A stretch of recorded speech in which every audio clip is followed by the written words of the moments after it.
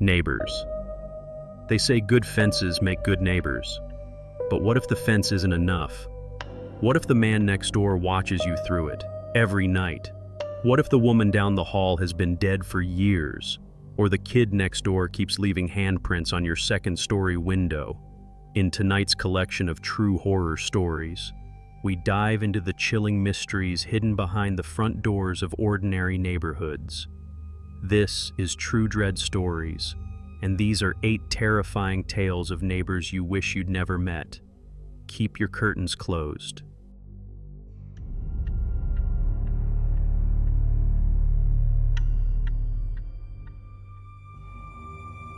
The Man Who Watched Me. Through the Fence. Part 1. The Fence. When I first moved into my new house, I was just hoping for a bit of quiet. After a messy breakup and too many years spent crammed into apartment complexes with paper-thin walls and screaming neighbors, I wanted solitude. I wanted peace. So when I found a small fixer-upper on the edge of town, just enough land to feel private but still within commuting distance, I signed the papers without much hesitation. The house was nothing special. 1 story, faded siding, creaky floors. But it had a backyard, a detached garage, and most importantly, a tall wooden fence that wrapped around the entire property like a protective cocoon. Or at least, that's what I thought. It was my second day living there when I first saw him. I was in the kitchen, scrubbing paint off my hands from a long day of repainting the hallway, when something caught my eye through the window. Movement. Slow. Subtle. Just beyond the fence. I walked over to the glass door and peered out. He was standing there on the other side of the fence. A man, mid-50s maybe, balding, wearing a beige windbreaker and jeans. He wasn't doing anything, just standing perfectly still, staring directly at my house, at me. At first, I assumed he was a neighbor, maybe curious, maybe confused. I waved, half smile, polite. He didn't wave back, didn't even flinch. He just kept staring. I waited a few seconds, then stepped outside onto the small concrete patio, trying not to seem aggressive. "Hey," I called, trying to sound casual. "Everything okay?" No response. He didn't move, didn't speak. His eyes didn't even blink, just locked onto mine through the slats of the fence like I wasn't even real. I felt a chill crawl up my arms. The late afternoon breeze suddenly sharper than it had any right to be. "Can I help you with something?" I tried again. Still nothing. I lingered for a moment longer, then turned and went back inside, pulling the door shut behind me. When I looked again 5 minutes later, he was gone. Part 2. The Routine. I tried to brush it off. Maybe he was just a nosy neighbor. Maybe he was confused. Or maybe he just liked to stare at things that was weird. Sure, but not illegal. Still, that night, I double-checked the locks on my back door. Not out of fear. Exactly. Just unease. A small itch at the back of my brain that wouldn't go away. The next day, I didn't see him. I spent most of it inside anyway, repainting the guest room and assembling an ugly IKEA bookshelf that came with no fewer than 98 screws. By evening, I had nearly forgotten the strange man entirely until I stepped into the backyard around sunset. He was there again. Same windbreaker, same stillness, same expressionless stare. This time, he was positioned in the exact same spot behind the fence, standing just far enough back that only the top half of his face was visible through the gaps. He didn't move when I opened the sliding door, didn't react when I stepped outside. I thought about calling out again, but something in his gaze stopped me. It wasn't angry. It wasn't sad. It was hollow, like looking into someone who had been emptied out long ago. Instead, I stayed inside and shut the curtains. The next evening, he was there again. And the next. It became a pattern. Always around 6:45 p.m. Always in the same spot. Always watching. I started adjusting my routine to avoid the backyard during that time. I stopped taking out the trash after sunset. I kept the blinds drawn tight. But every once in a while, curiosity got the better of me, and I'd peek through the curtain. He'd still be there, just standing, waiting, watching. A few times, I tried recording him with my phone through the window. Every time, the footage turned out weird, blurry, distorted, like something was wrong with the lens. It would glitch for a few seconds before suddenly cutting off entirely. I cleaned the lens, rebooted the phone, tried again, same result. One night, I had a friend over, Brian, an old college buddy who lived in town. We were catching up over beers in the kitchen when I noticed it was 6:47. I stood up and walked slowly to the curtain, pulled it open a sliver. Still there. "Check this out," I said, stepping aside. Brian took a look, then squinted. "Who the hell is that been out there every night this week? Have you talked to him?" "Tried. He won't respond. Just stares." Brian stared for a while longer. Then something strange happened. He shivered and stepped back. "Dude," he muttered. "That guy's eyes. He's not blinking." "I know. Like, at all." We stared at each other in silence. Then Brian laughed awkwardly. Maybe he's just really into bird watching. Neither of us laughed very long. Part 3. A closer look. I lasted another week before I decided I needed to get closer. Something about that man was wrong, not just creepy, not just unsettling, but off in a way that made my skin crawl every time I thought about him.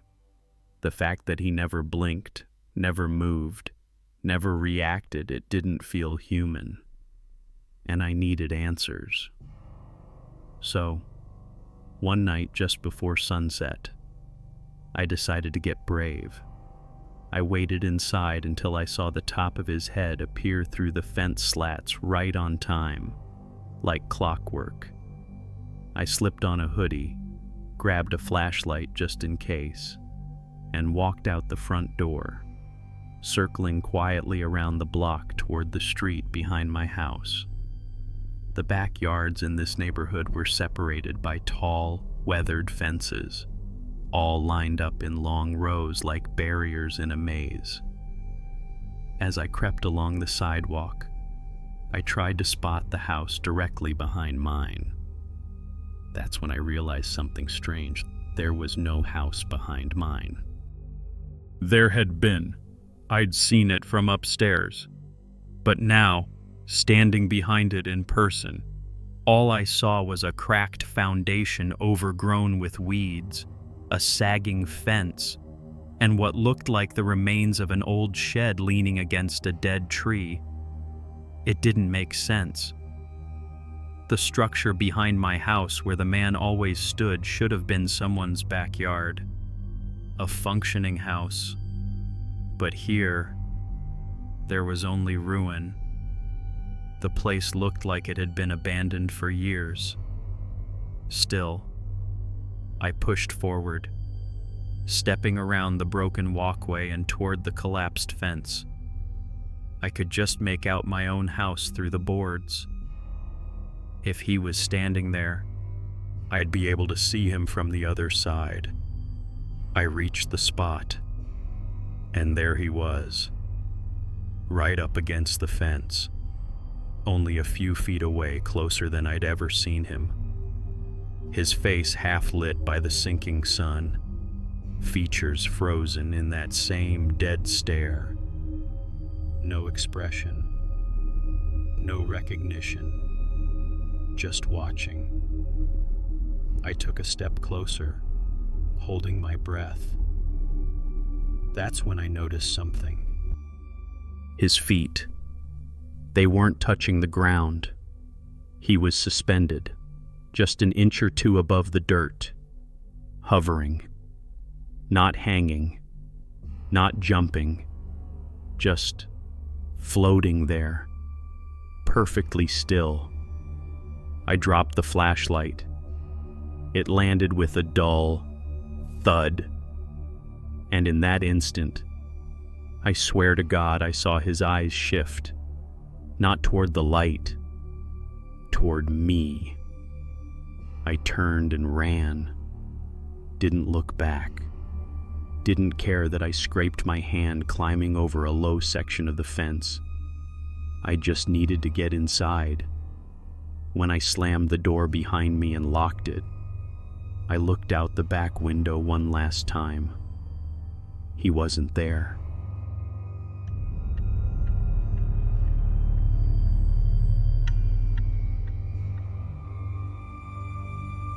I've lived in the same neighborhood for over 10 years. Quiet, suburban, cul-de-sac kind of place. Kids ride bikes in the summer. Neighbors wave when they mow the lawn. Nothing ever really happens here, and I liked it that way. That changed when the Millers moved in next door. They were quiet people, middle-aged, polite, but distant. The kind who would smile and nod but never really make conversation. The house they moved into had been on the market for months, mostly because it needed serious renovation. But they fixed it up surprisingly fast. New windows, new siding, fresh paint, even a new privacy fence that stretched higher than any other on the block. It was that fence that started everything. At first, I didn't think anything of it.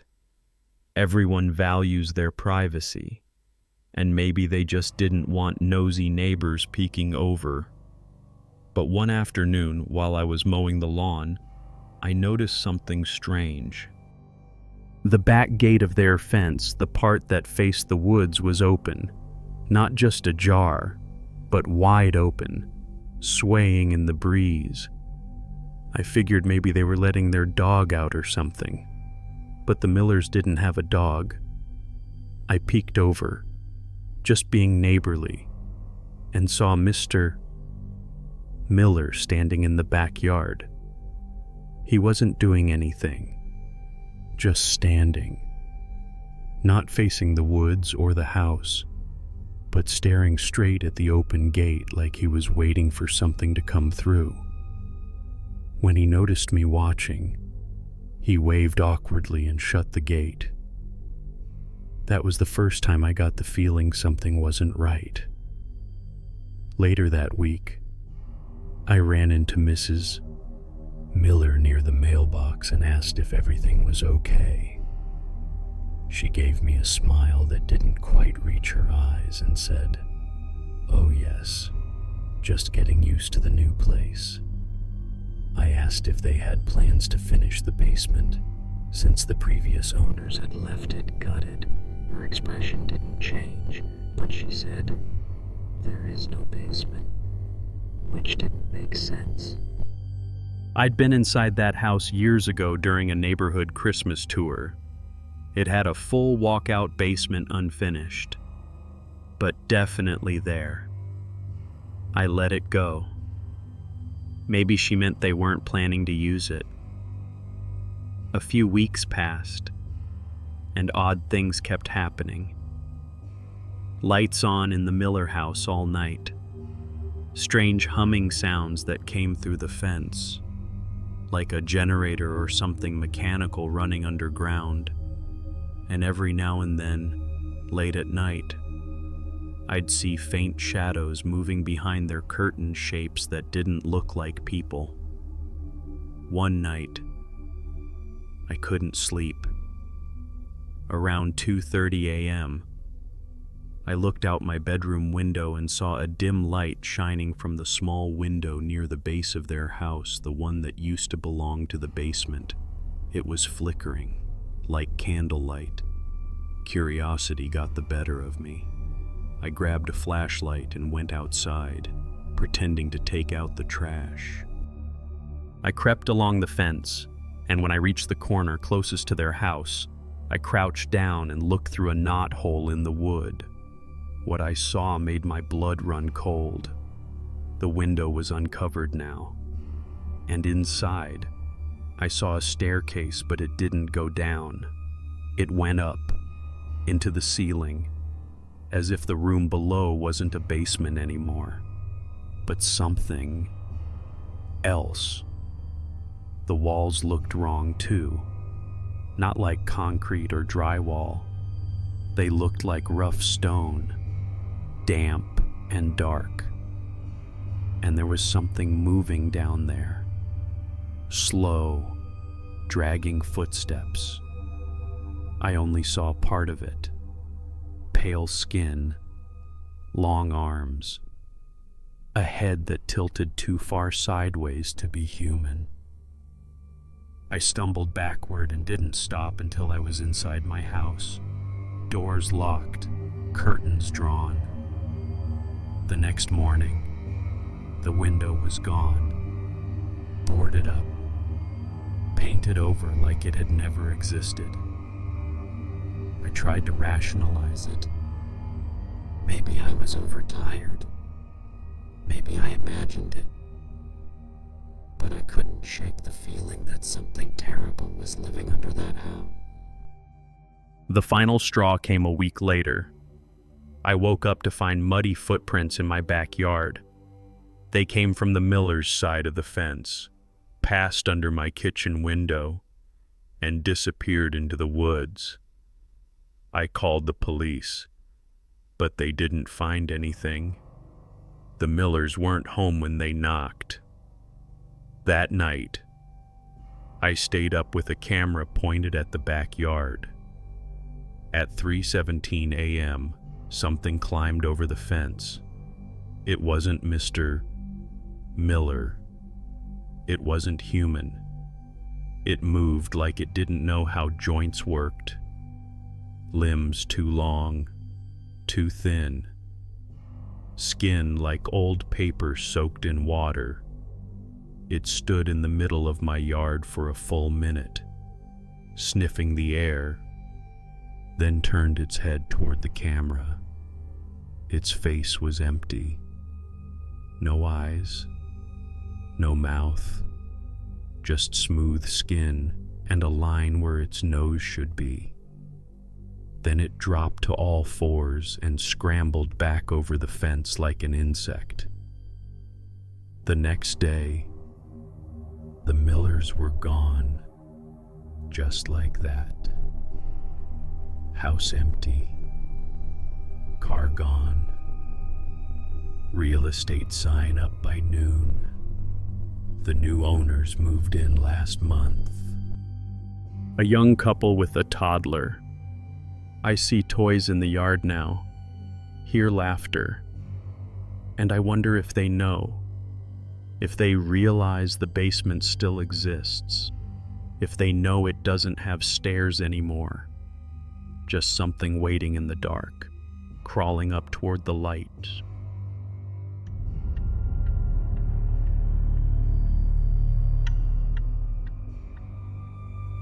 I moved into apartment 302 in late spring. It was a small complex, just 10 units in a 3-story building on the edge of town, quiet and mostly filled with older tenants. I liked that. After a year of loud roommates and a bad breakup, I needed silence. My next-door neighbor was a woman in her late 50s named Sandra.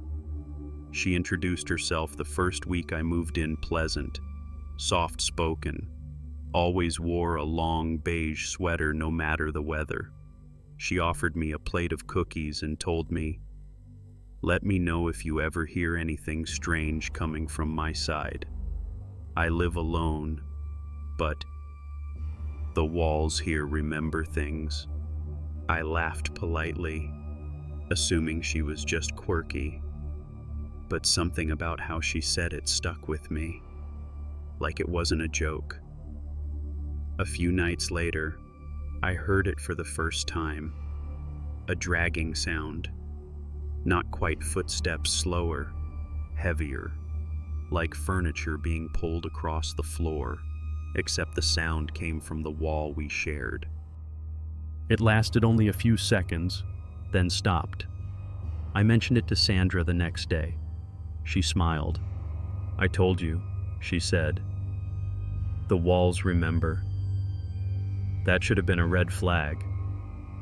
But she said it so gently, like she was talking about an old house creaking in the wind. The sounds kept coming. Not every night, but often enough. Sometimes it was a low humming. Other times I'd hear whispers, indistinct, garbled, like a radio picking up a station just out of range. I bought earplugs, slept with white noise, tried to ignore it. One night, around 2 a.m., I woke up needing water. As I passed the front door, I heard scratching. Not from inside, but from the hallway. I looked through the peephole. Sandra was standing outside my door, just standing there, no expression. Her sweater was wet, clinging to her arms like she'd walked through a storm. But it hadn't rained in days. I didn't open the door. I just watched as she stood there for a full minute, then turned and walked slowly back to her apartment. The next morning, I knocked on her door. No answer. I tried again in the evening. Still nothing. I started to worry. Maybe she'd had a stroke or fallen. I went to the landlord, and he opened the unit for a wellness check. The apartment was empty. Not like she packed up and moved out empty, like no one had lived there for months. Dust everywhere. No furniture. Cobwebs in the corners. I walked to the back and found the bedroom. On the floor was a faded beige sweater. That's when the landlord told me apartment 301 had been vacant since November. Sandra had passed away. A stroke. In her sleep. She died in the hospital. Not here. I told him about the cookies, about the conversation, about the night she stood outside my door. He shook his head. Maybe someone broke in. A squatter.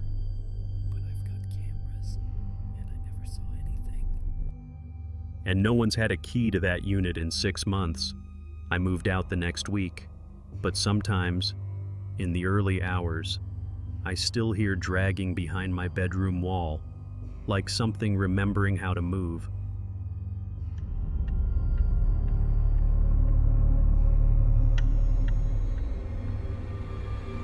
I used to think people exaggerated when they talked about bad vibes.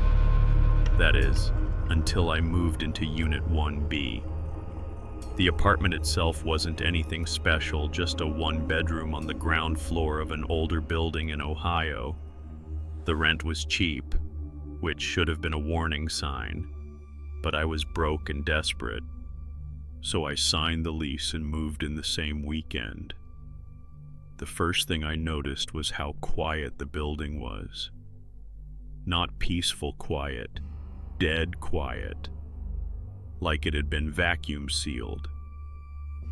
I rarely saw the neighbors. The guy above me walked like an elephant, but I never saw his face. And the woman in 1A. Just across the hall, I only saw her once. She was wearing a thick robe and slippers, even though it was August. Her hair was wet. Her eyes never met mine. The only sound I ever heard clearly from her unit was a knock.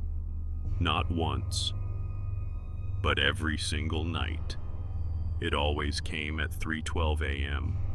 3 knocks, slow, evenly spaced, then silence. At first, I assumed it was someone visiting her, maybe a boyfriend or relative, but the pattern never changed. 3:12 on the dot, 3 knocks, no voices, no door opening. One night, curiosity got the better of me.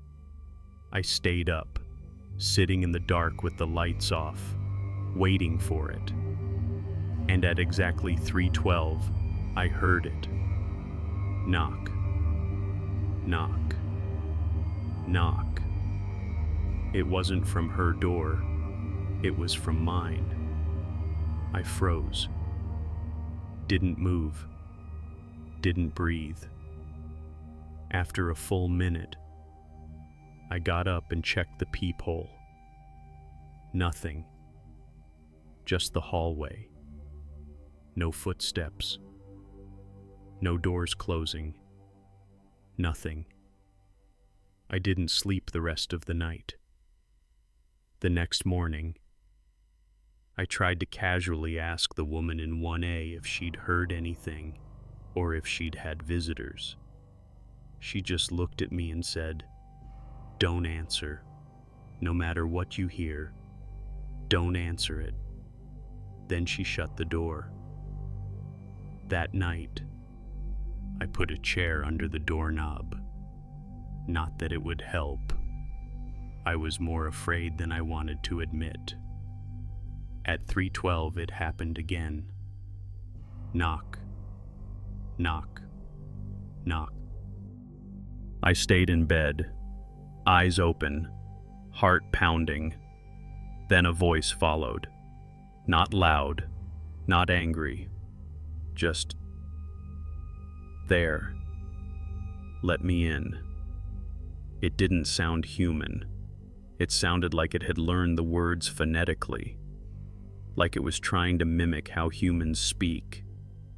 Let me in. I turned on every light in the apartment and waited for dawn. I called the police the next day. They humored me walk the hallway, checked the security cam at the front entrance. But nothing showed up at 3:12. No one had come in or out. And yet, it kept happening. Every single night. Eventually, I stopped sleeping.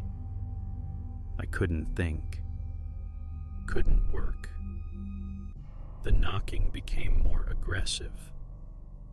Sometimes it came from the windows, sometimes from the ceiling. Always at 3:12, I decided to move out. On my last night, I taped a note to my door. It said, "Who are you?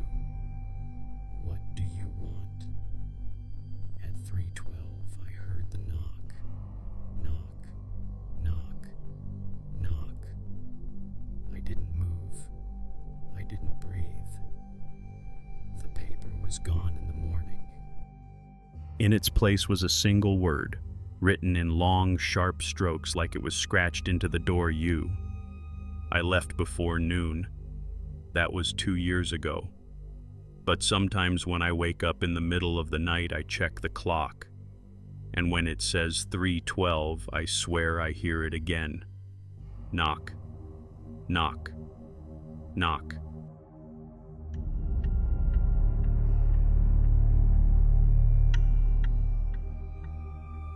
I never meant to get involved.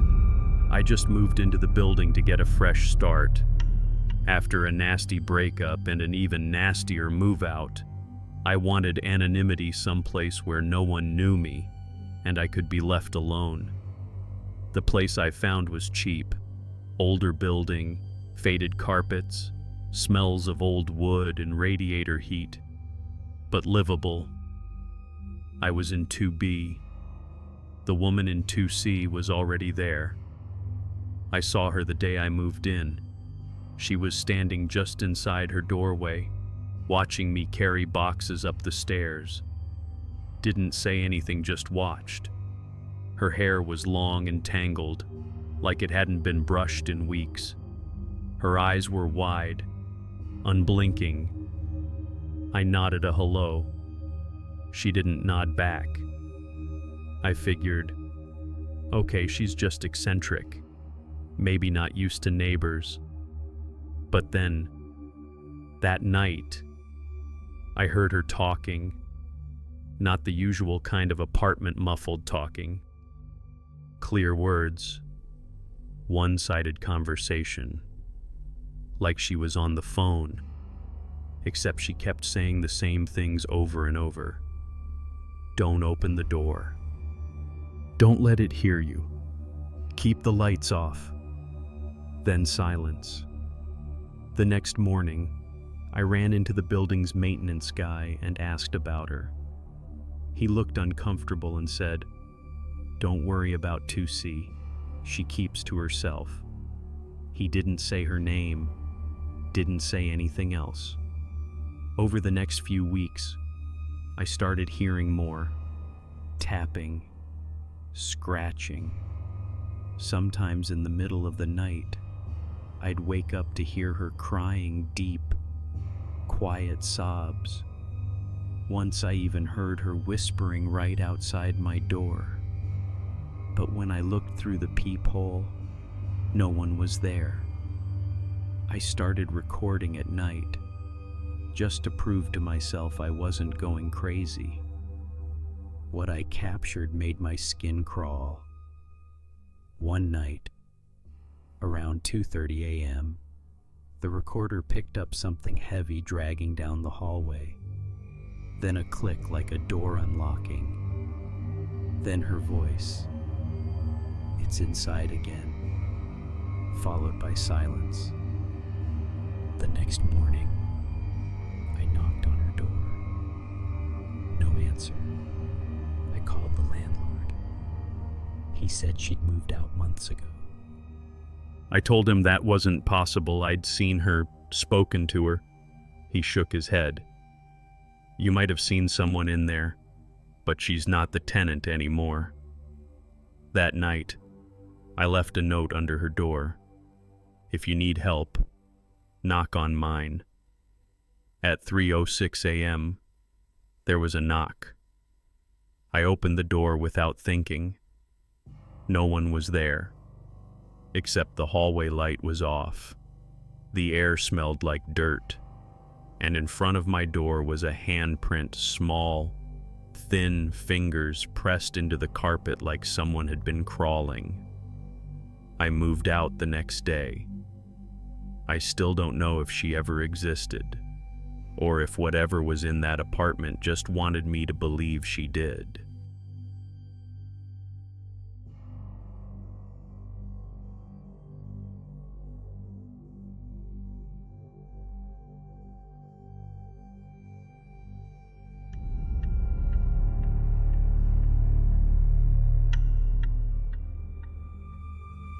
I moved into the duplex on Maple Street because it was quiet, affordable, and close to my new job.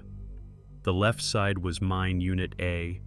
Unit B, next door, was occupied by a single mom named Elise and her son, Noah. Elise kept to herself. We exchanged waves a few times, maybe a brief good morning, but that was it. Noah, though, he was different. He was maybe 7 or 8 years old, pale, wiry, with dark hair that always looked damp. I'd see him playing alone in the yard at strange hours, sometimes right at dawn, sometimes just past sunset. No toys, no games, just standing or drawing patterns in the dirt with a stick. One afternoon, I got home early from work and found him crouched by my front steps. "Hey there," I said.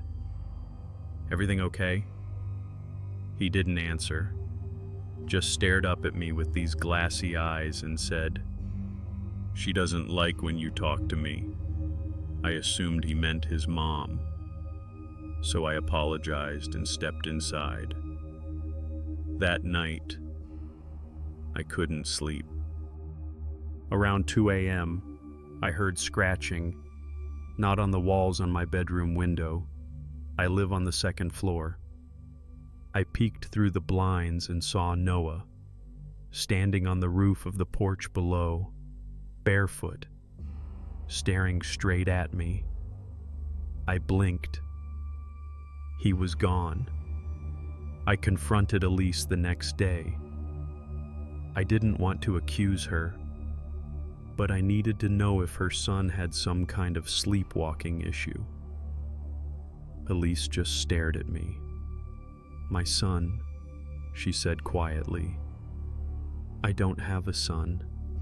I laughed, thinking she was joking. "Noah. He's been out in the yard almost every day." She shook her head, eyes misting over. "Noah was my son. He died 5 years ago. He fell from the roof, right outside your window." I froze. That night, I left a motion-activated camera by the window. At 2:07 a.m., the camera caught something. Not a full figure, just a blur. A pale face. 2 eyes reflecting the infrared like marbles, and a hand pressed against the glass. I moved out within a week. But I still see his drawings, sometimes chalky, looping spirals showing up on sidewalks near wherever I move, like he followed me, and he's still not supposed to be talked to.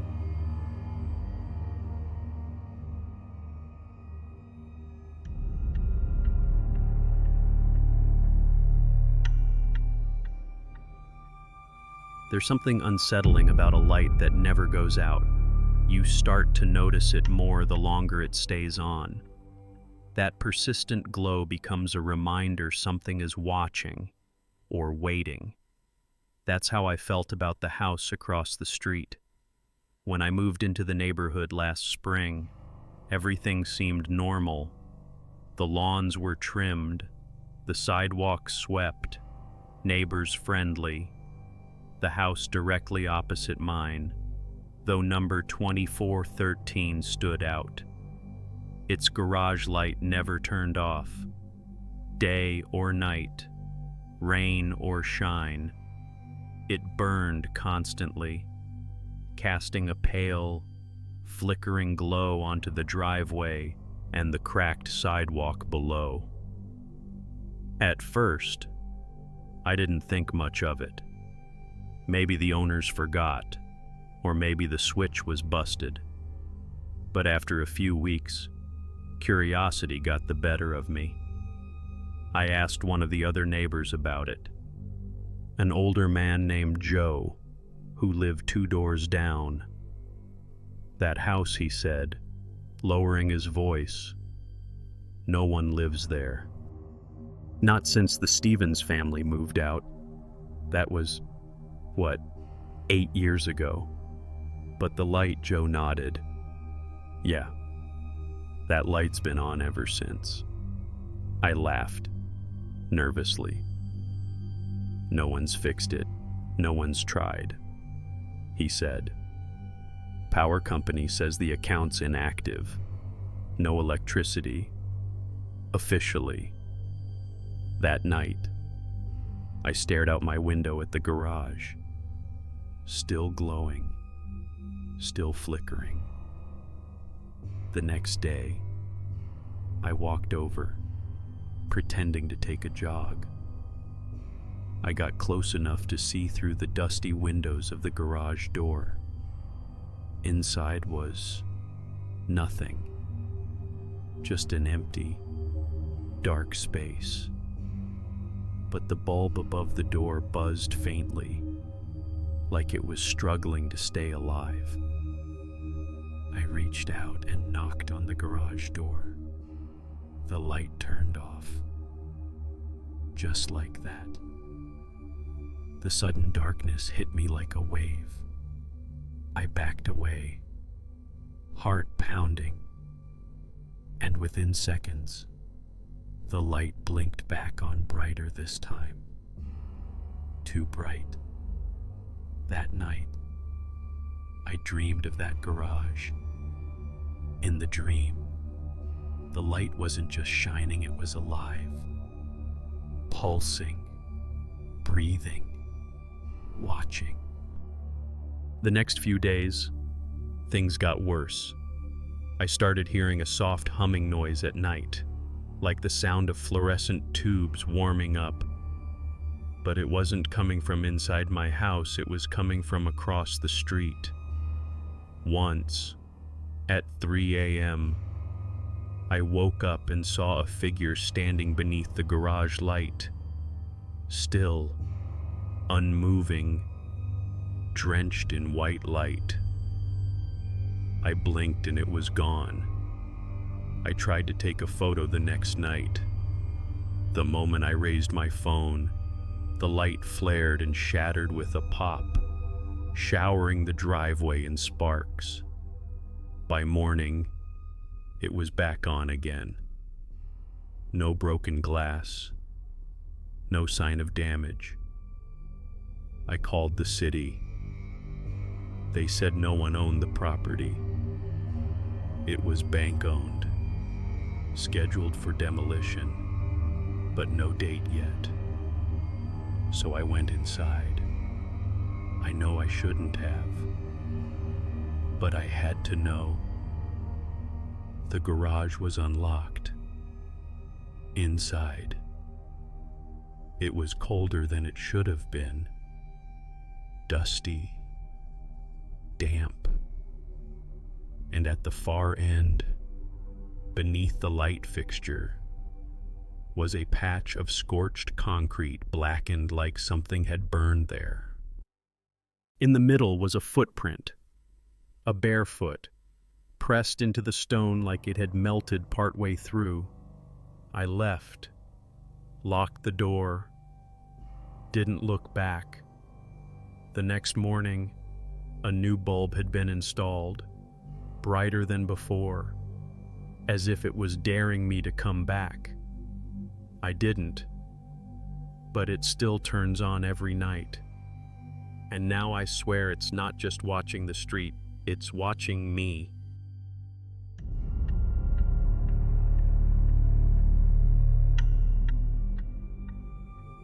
It started 2 weeks after I moved in. I hadn't had time to mow the front yard yet between unpacking, work, and everything else. It just slipped my mind.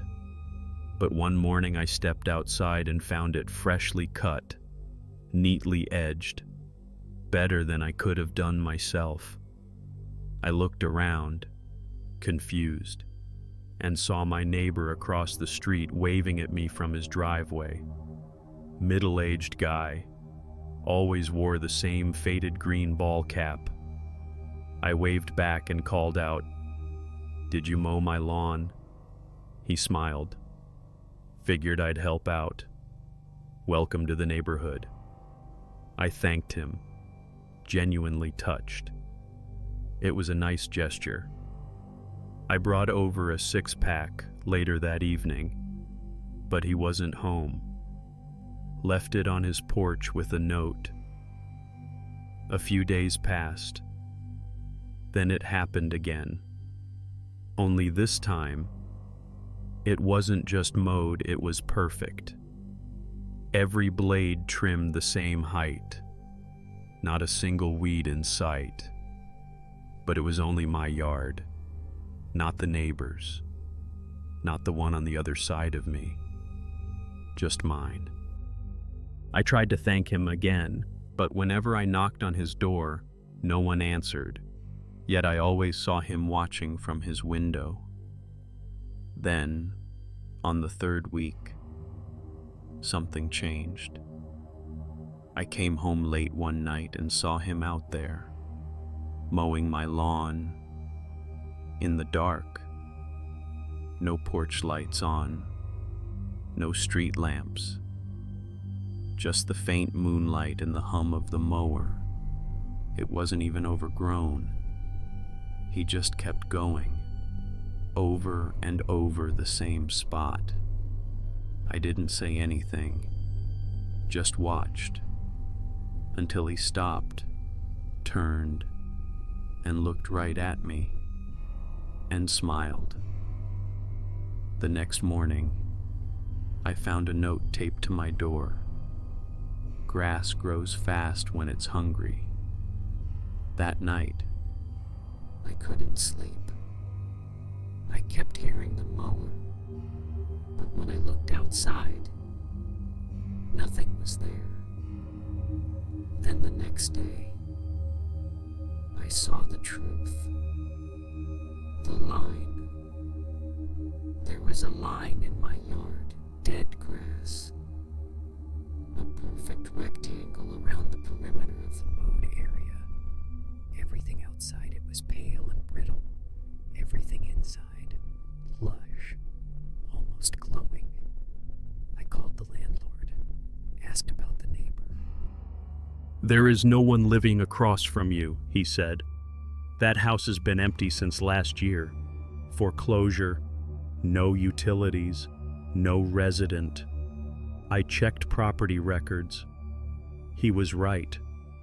I went back to the house across the street, walked up the steps, windows coated in dust, no footprints, no car in the driveway, but the lawn perfectly mowed, still warm. That night, I set up a camera, pointed straight at my front yard. At 2:41 a.m., the grass moved. Not the wind, not animals. It moved in waves, rippling inward like it was breathing. And something stepped out of it. Not the man, something wearing his shape. It crouched low, placed its hands on the soil, and whispered something I couldn't hear. Then it faded into the shadows. I moved out the next day. But sometimes, when I visit my old neighborhood, I still see that yard. Still green, still growing, still waiting to be fed.